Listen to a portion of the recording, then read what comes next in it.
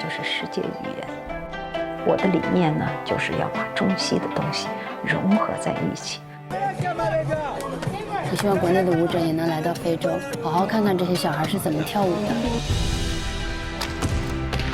的。真的，因为有力量，我们一定要做这个文化交流，那我们会有很好的未来。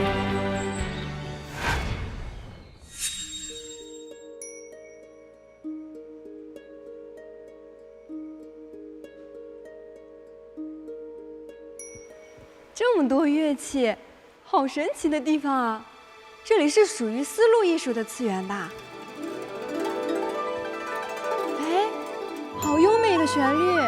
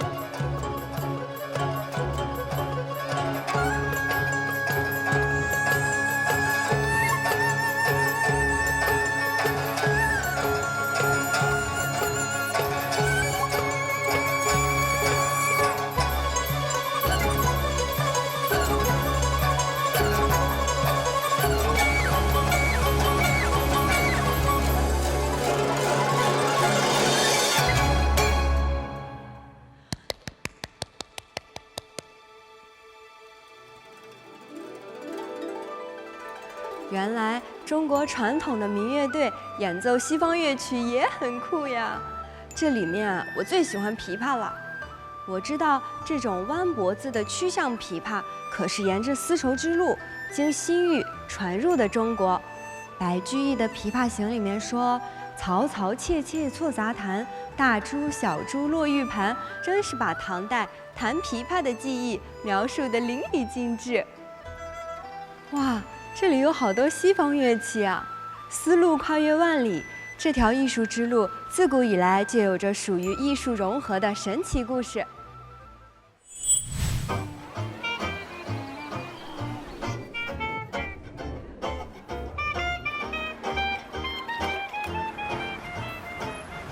浪漫之都巴黎，肖邦、德彪西、拉威尔、弗雷。一大批优秀的作曲家曾在此留下足迹。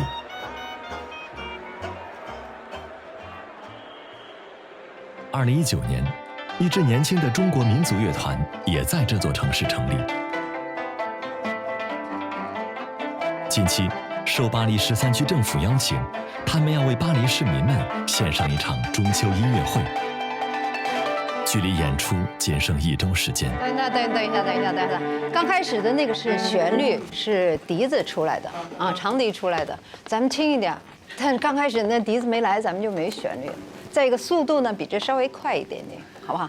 太闷这样了。这样，要不然你光走，大家。这是巴黎中乐团今年的第一次线下动作会，团长王成义格外重视。从90年代，我就来到了巴黎。来到巴黎之后，从事扬琴的教学、扬琴的传播。经过我30多年的巡演，去到过30多个国家。从这个经验出来呢，我就觉得，不单是一个扬琴需要走出国门，那么我们所有的乐器都应该在国外去传播中国的文化。自上世纪80年代以来，伴随改革开放的东风，中国民乐在国际舞台上受到越来越多的欢迎。每年在世界各地都有丰富多彩的巡演。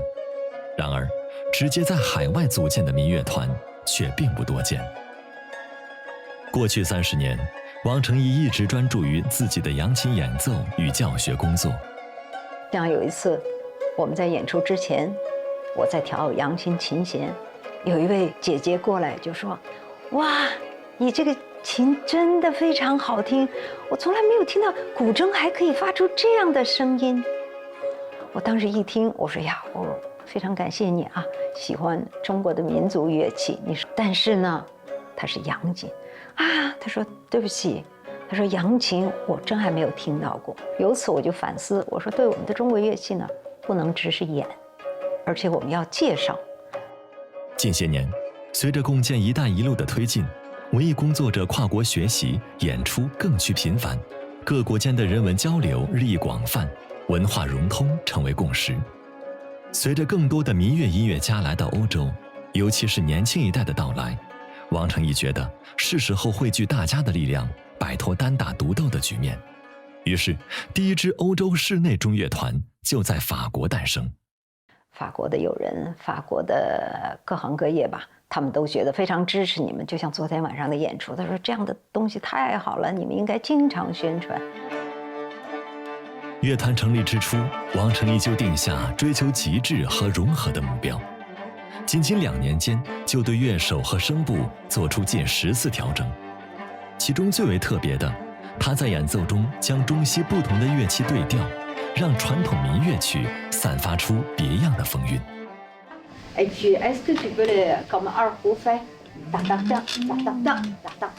用大提琴替换二胡是一个大胆的尝试。二者虽然同属弦乐器，但它们的音色截然不同，一个深沉圆润，一个高亢蜿蜒。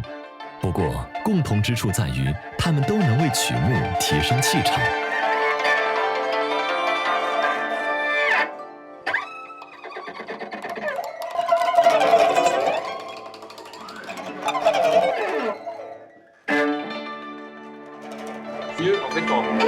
大提琴手马修与王成义相识多年，也是乐团的初始成员之一。21岁起，他曾6次到访中国巡演，在与中国音乐家的交流中，深深地爱上了中国传统音乐和乐器。因此，当他得知王成义计划组建一支中乐团时，便毫不犹豫地加入进来。J'ai mis en Chine, je le recherchais à Paris. Et l'avantage, c'est qu'il y a une énorme communauté chinoise à Paris. Et ça m'a permis de rencontrer plein de Chinois, rencontrer des musiciens chinois avec qui je joue, rencontrer d'autres métiers aussi, et rencontrer plusieurs types de Chinois de tout corps de métier, de tout âge, et de vraiment découvrir plein de choses. À Paris, la Chine me manquait beaucoup, et du coup j'ai vraiment cherché à retrouver ce que j'aimais en Chine. J'ai recherché des bons restaurants pour regoûter les bonnes choses que j'avais découvertes en Chine. J'ai rencontré des musiciens chinois, des musiciens traditionnels, et j'ai eu plein d'amis. D'ailleurs des amis qui parfois ils sont retournés en Chine après, ou qui sont allés ailleurs dans le monde, ou qui sont toujours à Paris. Et j'ai vraiment recréé une forme de Chine à moi, à Paris en fait. Et même quand je voyage dans d'autres pays d'Europe, je rencontre beaucoup de Chinois, de musiciens chinois aussi. Et d'ailleurs, la musique chinoise me fait voyager beaucoup en Europe aussi pour la faire découvrir à toute l'Europe ou en France.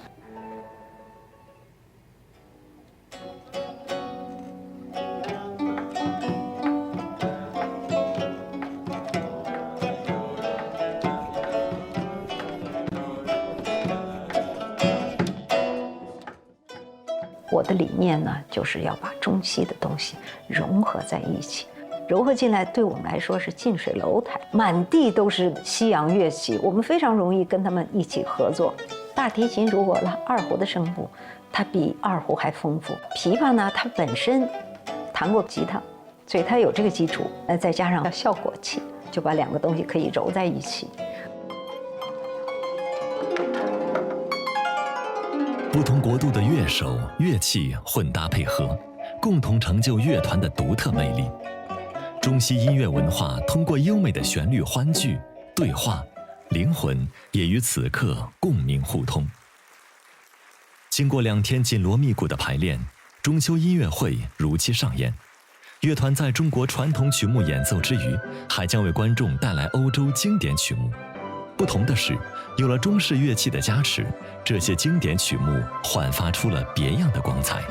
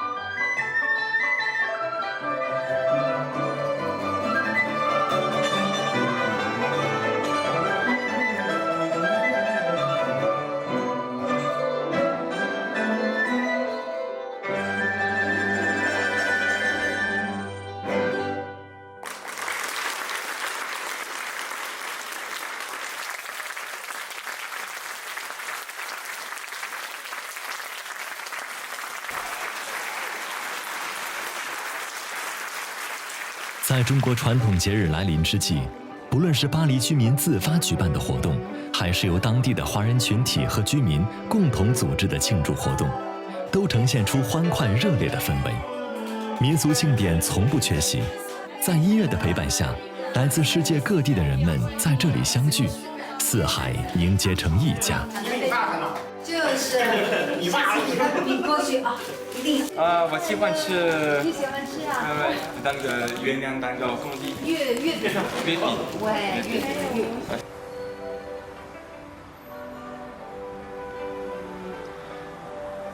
很简单一个道理，就说笑，我们哭。你说非洲人和欧洲人和中国人、亚洲人，我们的哭笑其实都是一样的。我们表现的喜怒哀乐其实都是一样的，对，没有区别，这没有区别的，可能是有特色，有这个地方的笑是这样的特色。音乐呢，就是世界语言。到音乐的最高潮呢，我会忘我不会认为我是中国人，他是突尼斯人，他是法国人。最后的感受就是音乐，音乐怎么样更美，不会有国家、人、乐器的区别。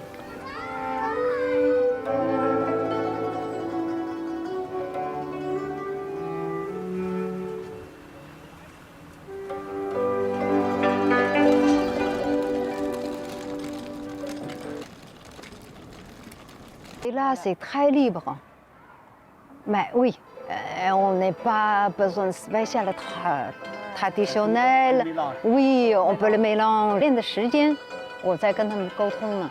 咱现在就是说，先说一下，第一个就是公赛方锦龙，国乐世界巡演欧洲站，他就是在第一站去西班牙，第二个呢就是在巴黎。未来半年，巴黎中乐团将继续与当地文化中心合作，举办以丝绸之路为主题的合作演出和独奏会，还计划前往瑞士进行音乐之旅。他们将携带中国古典乐器与西方琴弦一同踏上旅程，在更多国度奏响多元文化的美妙乐曲。美妙的音乐在巴黎的夜幕中响起。2024年将迎来中法建交60周年，回望一同走过的60载岁月，正是2个文明之国秉持互利共赢的包容心态，书写下一段又一段佳话。作为数字人，我通过深度学习了解了人类的感知模式。除了音乐、颜色、食物，其实动作也能很直观地传达人类的情绪。其中最特别的一种就是舞蹈。东非，明代郑和七下西洋到过的最远的地方。历经岁月的洗礼，中国和非洲各国建立了浓厚的传统友谊和良好的合作关系。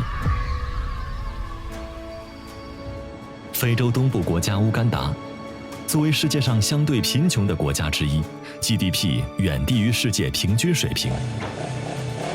虽然并不富足，但是对生活充满炽热之心的百姓，仍然喜欢用热烈的舞蹈将内心的情感表达于形。有限的物质条件却不能阻挡当地人精神世界的张扬。在世界各地颇为流行的街舞，在乌干达也深受年轻人喜欢。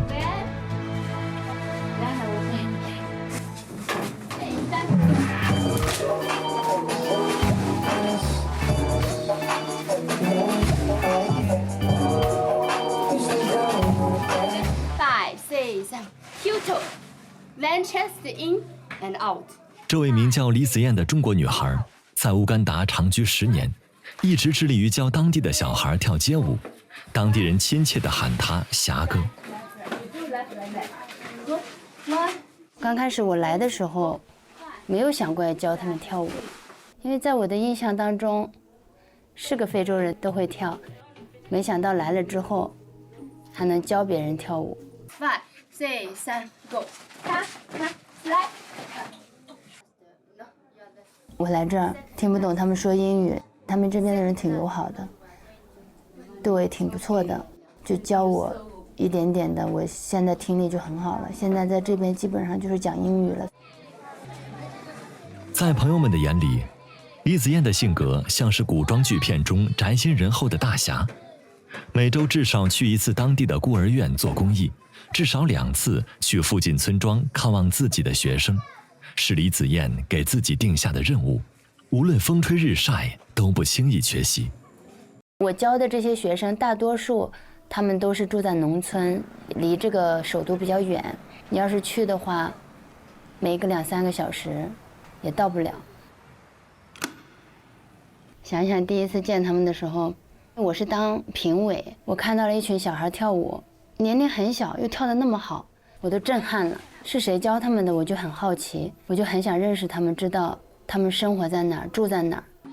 刚开始的时候想着去教他们跳舞，我看到他们住在那个地方的时候，就看到了我自己的童年。10年前，街舞教练李子燕跟随袁飞的丈夫来到乌干达，在一个陌生的国家，她遇到一群极具舞蹈天赋的孩子，她陪孩子们找到了方向，孩子们也点亮了她的生活。和往日不同，除了米面等生活物资，李子燕今天还要为舞团带去一件特殊的礼物。今天，李子燕要将喜讯带给孩子们，他们终于获得一次在乌干达国家剧院表演街舞的演出机会。There are a lot of people, they are suffering in the world, right? But for me, I'm a dancer. I have a responsibility to look for a good dancers. Even if they don't dance well, I can come to find them. I want to tell you, I want to share my skills for you. You can be anyone. You don't be ashamed. Oh, okay. I want the fullest of the theater. Do we have more?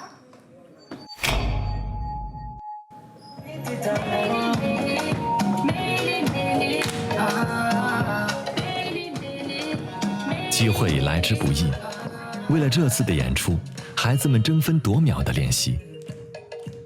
此刻，街舞不只是兴趣爱好，更是他们需要努力争取的人生机遇。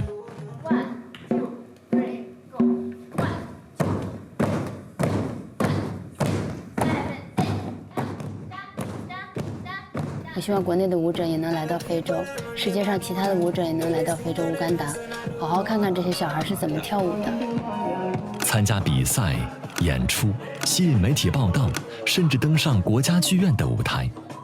李紫燕只希望通过自己的努力，帮助这些孩子们获得更多的关注，挣脱贫困的命运。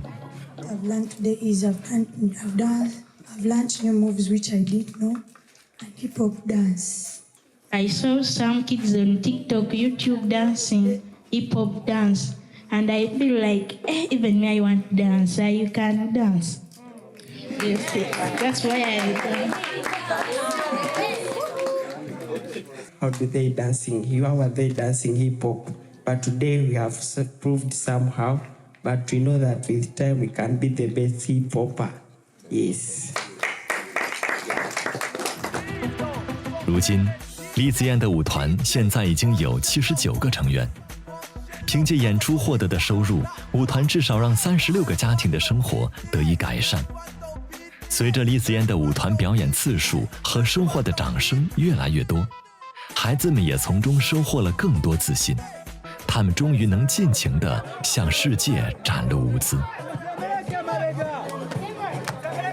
全世界任何一个舞者来了，肯定都很感动。文化超越时空，艺术跨越国界。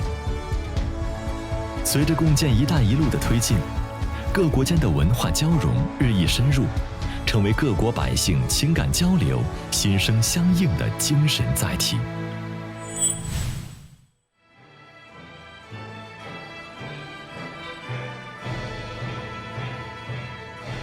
这个我知道，《将军令》源于唐朝皇家乐曲，流传了1000多年，有多种曲谱和演奏形式。后来呢，因为影视作品传播的缘故，这首曲子和中国的武术成为了 CP。将军令一响，黄飞鸿登场。武打巨星李小龙曾经说，功夫也是一种艺术，学中国功夫的招式容易，但要体悟中国功夫蕴含的哲思，却没有那么简单哦。中国人对武的理解，其实就藏在这个字的字形里，止戈为武，蕴含着中国古人对于战争与和平的辩证理解。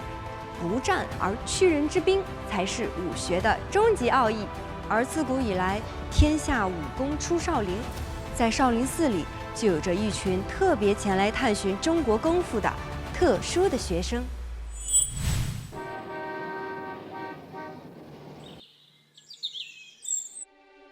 从上世纪80年代开始，少林寺武僧团就频频走出国门演出，掀起了一股中国功夫热潮。无论是西方国家的许多名人明星，还是来自泰国、尼泊尔等传统佛教国家的不少僧侣们，都曾到访少林寺。在很多海外武术爱好者看来，如果仅以学习武术技巧、强身健体为目的，或者想初步了解传统武术文化，只需前往星罗棋布的少林寺海外分寺就已经足够。但要体悟中国功夫中蕴含的哲理，非得来趟嵩山少林寺不可。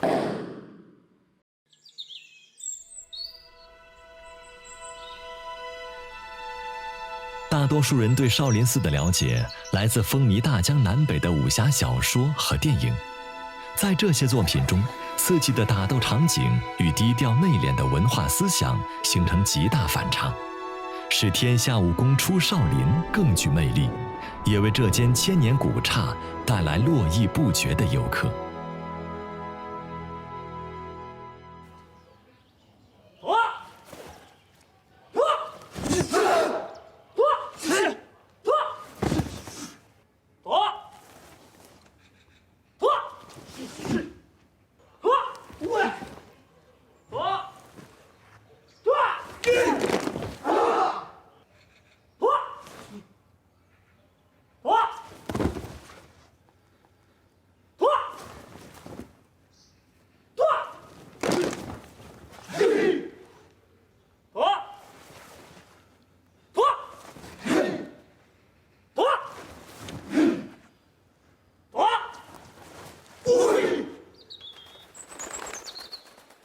好，转身正脚，先这一下，整个重心啊，它往下走，这是玛塔在少林寺习武的第4个年头。今年他多了一个身份——中国社科院人类学交换生。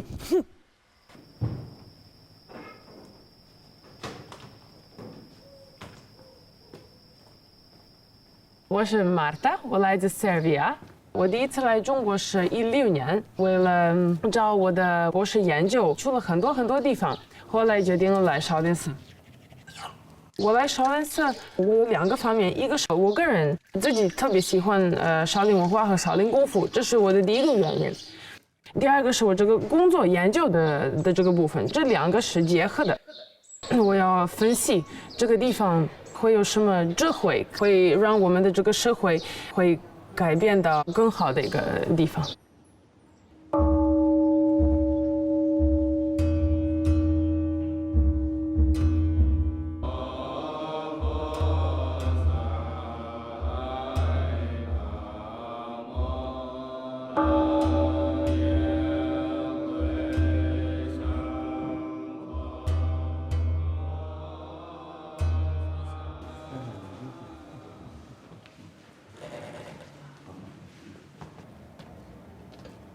师傅，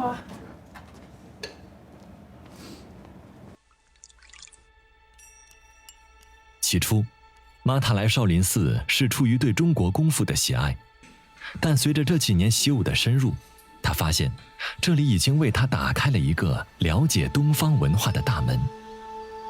如今，玛塔每天都会跟精通不同领域的师傅们交流，了解少林武学的深层意涵。师傅，我想问你关于少林功夫的几个问题。少林文化有一个很重要的一点，就是禅武合一。这个是什么意思啊？禅武合一就是参禅与练拳融为一体。你看怀中抱月，背应该低，收的时候上部推掌，收，哎，讲这些。怀中抱月呢，讲的是一个人内在的一种通过修行参禅练拳了之后，内心的这个修行所证得的这个。就能够像月亮一样，洁白无瑕而无染。好多人只看到外在的，没有理解到少林拳谱里面所包括的少林文化的一些思想在里。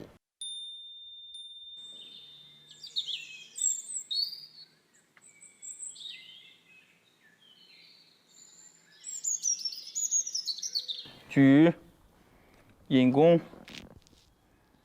然后瞄，放。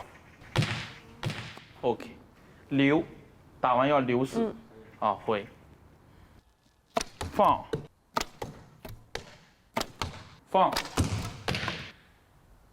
师傅，我想知道禅和弓箭有什么关系？我们怎么能通过练弓箭入禅？在儒家的思想里面，孔孟2位大仙说“设以观德”，这个靶子就是反照我们自己的内心。你看啊，我打的这一组箭，这就是上下瞄点。那为什么你的会出现左右呢？我动作不标准。从你这个开弓，从此时此刻专注力就已经出来了。然后在这个起射过程中，最后这个叫流逝，对吧？这个流逝呢是什么意思？就是你要反思，你这一箭，你的瞄点在哪？你的专注力在哪？是不是你想要的那个禅？是不是想要的那个德？ It's culture through 1,500 years. So I think there is a lot what we can learn from Shaolin community and Shaolin culture. How do we get to at the same time preserve the traditional heritage, the intangible and tangible traditional heritage, but also at the same time be in pace with time, with the modern times? I believe that Shaolin is a very layered and structured community because at the same time we have the monks who, the Chan monks who meditate, who preserve their really the core and the essence of Chan tradition. And on the other hand, we have this very modern, very contemporary cultural aspect where we have the Shaolin Kung Fu.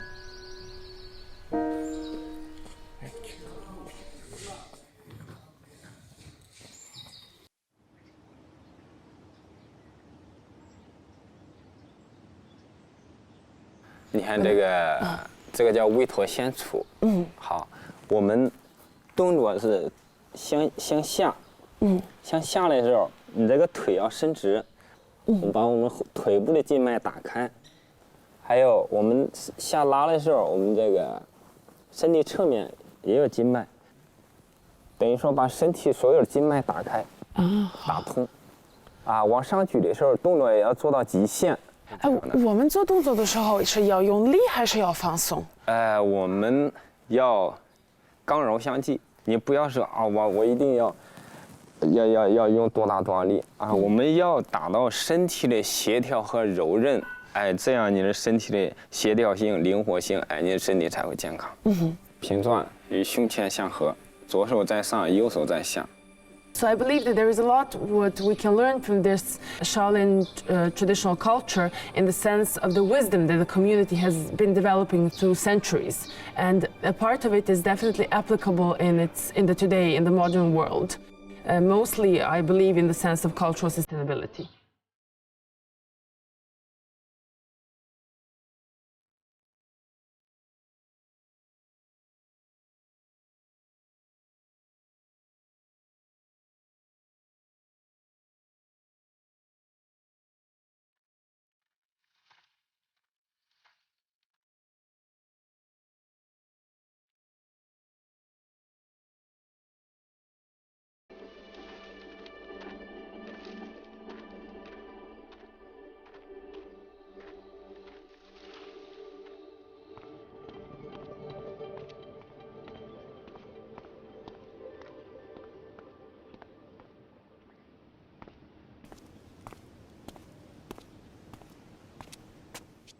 下棋，我们呢，就是用中国的兵法来讲，下棋要下在最重要的边上呢，叫金角。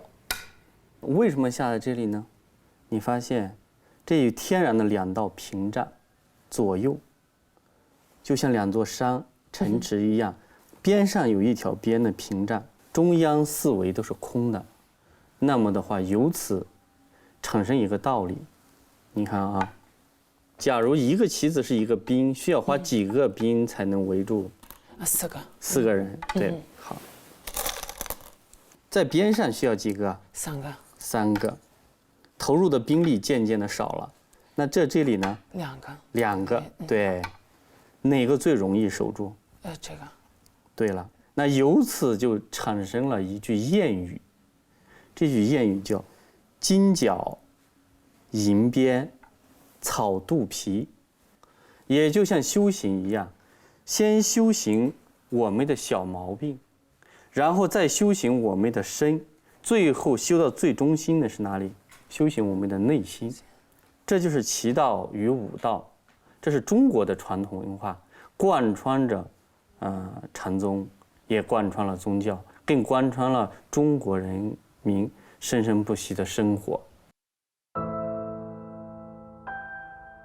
After doing my research here, I understood that the highest level of Shaolin Kung Fu is actually manifested in the way the habitus, or as it is said in the Shaolin culture, the way in that our inner self changes through this process of learning Chan and learning and practicing Shaolin Kung Fu.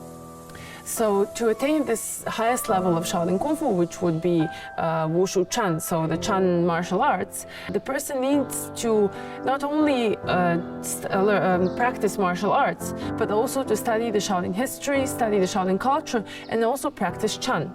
Practice the Chan way of life and Chan way of living, to introduce this Chan philosophy into the daily life.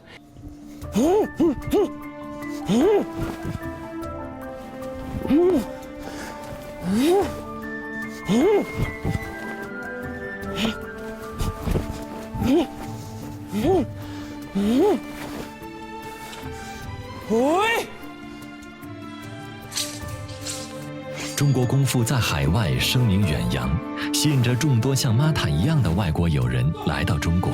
少林寺深厚的历史底蕴，让他们在此流连驻足，进一步探究东方文化的精神内核。肯定会待几年，还继续好好的研究中国传统文化。现在在塞尔维亚已经有“一带一路”的项目，我们一定要做这个文化交流。如果真正的有文化的深刻的交流，那我们会有很好的未来。第二个是我真的希望能练下去少林传统套路，它真的里面有力量，有一个节奏，那种柔和刚的结合。中国人对舞的理解就藏在这个字的字形里，止戈为舞，蕴含着中国古人对于战争与和平的辩证理解，这也是刻在中国人心底的处世哲学。侠之大者，为国为民；侠之小者，为友为邻。如今，无论是东方文化的侠肝义胆，还是友好国家之间的肝胆相照，都被赋予了全新的时代意义。共建“一带一路”倡议提出10年来，精彩纷呈的文化艺术交流活动，不断深化的民间组织、青年群体间的沟通交往，增进了各国民众间的相互理解与文明对话，奏响了一曲新时代的丝路华章。虽然艺术家是有国籍的，但艺术却是共通的，属于全人类。人类只要通过音乐、图像、动作等不同的表现形式，就能传递美。观者通过对力量、颜色与频率等信息的感知，就能欣赏美。所以，对美和艺术的体悟，往往能超越经验、国别与人种，成为艺术无国界的注脚。这也许就是人类可以共情的理由吧。从古丝路开始，直到今天，交流与融合一直都是人类追求的共同目标。而在这个追求的过程中，衍生出的那些饱含情感和智慧的艺术，将会打破地域和时间的限制，在无限和永恒中赋予我们走向未来的勇气。